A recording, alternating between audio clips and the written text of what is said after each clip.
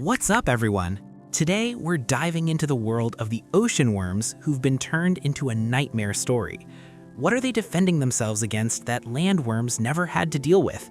And which ocean worm is the most terrifying? Let's get into it. The bobbit worm, living bear trap. All right, let's kick things off with the bobbit worm. This thing is one of the most dramatic transformations you'll ever see. We're talking about a creature that grows up to 10 feet long. But here's the thing, you'll rarely see its full body because it buries 95% of itself in the sand. So what's sticking out? 5 antenna-like structures that act as motion detectors. And when something triggers these sensors, the worm strikes with incredible speed. We're talking faster than your eyes can follow. Prey gets snatched and dragged into the burrow before it even knows what happened. Now, here's what makes this hunting strategy so effective. The bobbit worm doesn't have real eyes, just some basic light-sensitive organs. So it literally has no idea what it's eating. It can't identify what's coming near. If something moves near its burrow, the worm attacks. Fish, octopus, crab, it doesn't matter.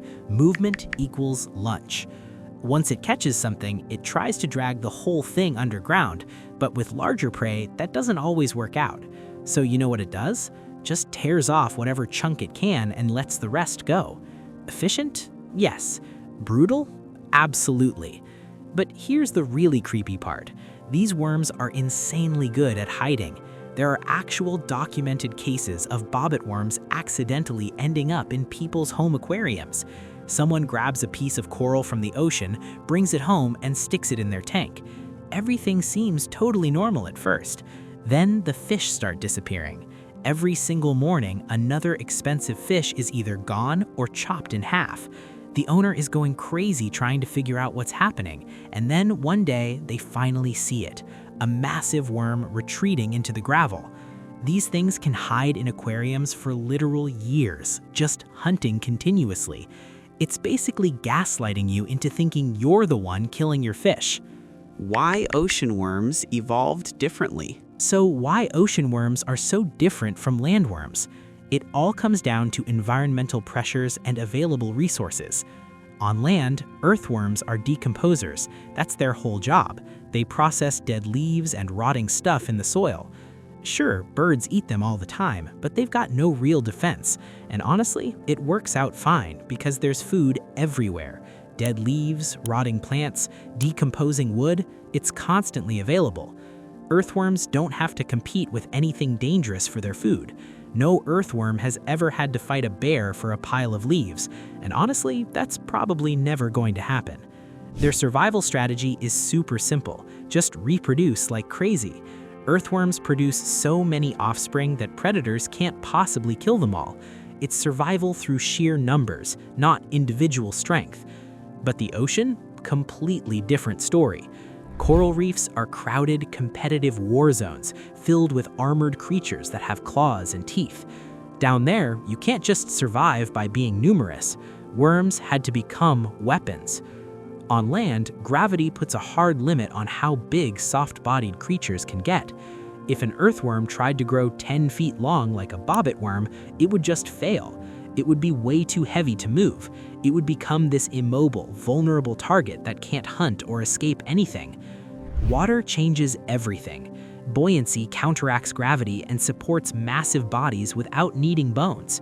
This lets aquatic worms grow huge muscles, develop thick armor, and build heavy jaws without collapsing under their own weight, without collapsing.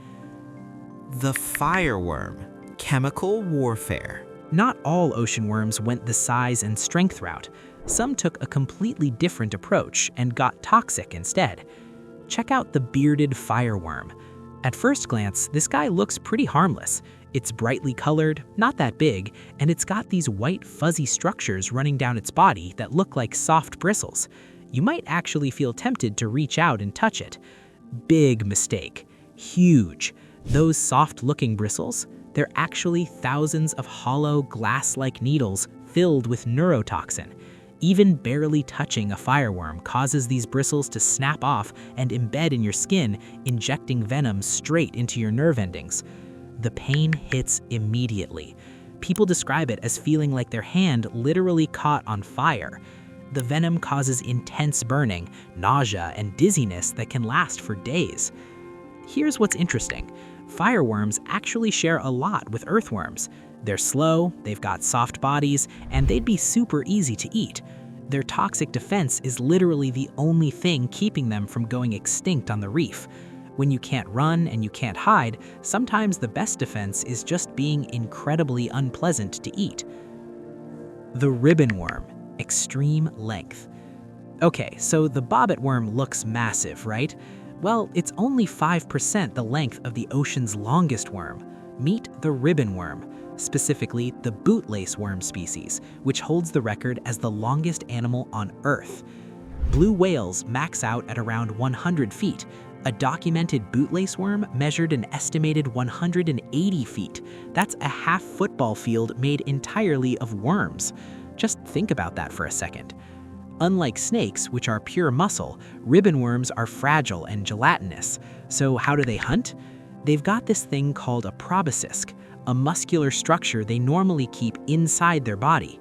During an attack, they literally turn it inside out and shoot this sticky web-like mass out of their face to trap prey. It looks absolutely disturbing, like the worm is vomiting out its internal organs to catch food. And yeah, the secreted stuff is mildly acidic. It can irritate human skin, but you're probably not going to get seriously hurt. So why evolve to be this ridiculously long? It's all about breathing efficiency. These worms don't have lungs or gills, they breathe entirely through their skin. By maxing out body length while staying super thin, they create a massive surface area for oxygen absorption. Plus, there's the laziness factor. When you're 180 feet long, you don't need to go hunt. Your body covers so much distance that prey just runs into you. You can't tuck your vital organs safely in a crevice and stretch the rest of your body across the seafloor like a living tripwire. Now, you'd think being that big and exposed would make you an easy target, right? But ribbon worms have that covered too. They secrete this thick mucus all over their body that tastes absolutely horrible and is probably toxic. Predators learn real quick to avoid them. The tubeworm, living without eating. Some ocean worms go for thickness instead of length. Giant tubeworms live in one of the most extreme places on Earth, hydrothermal vents.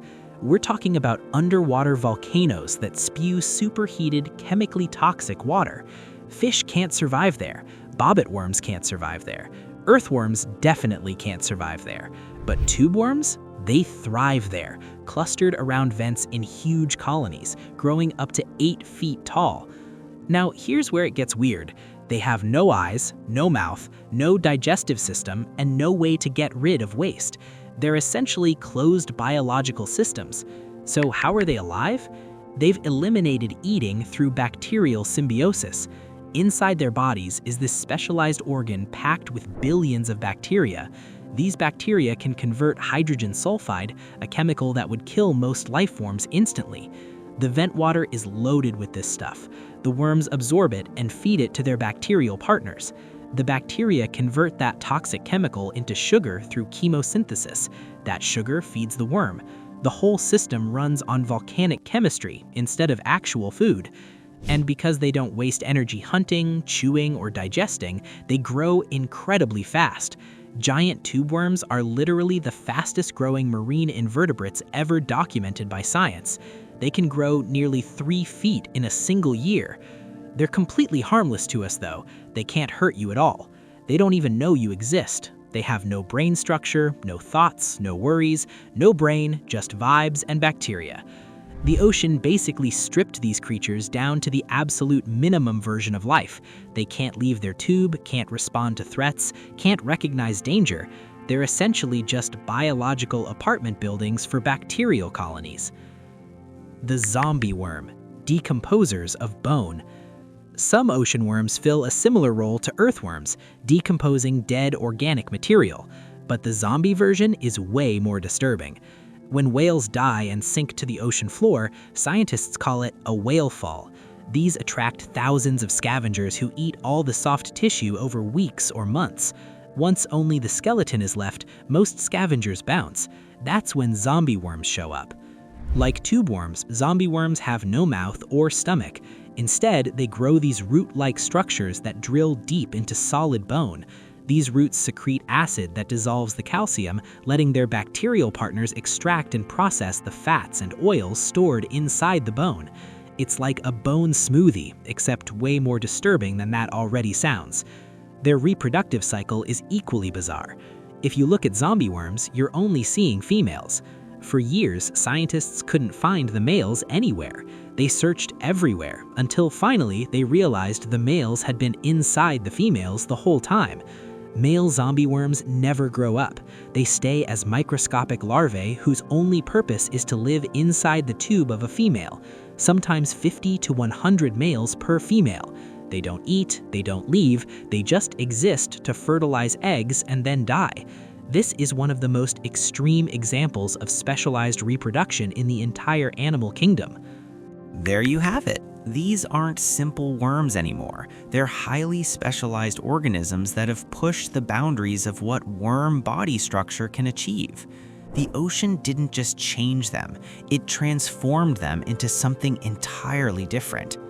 Which of these worms do you find most fascinating? Leave your thoughts in the comments.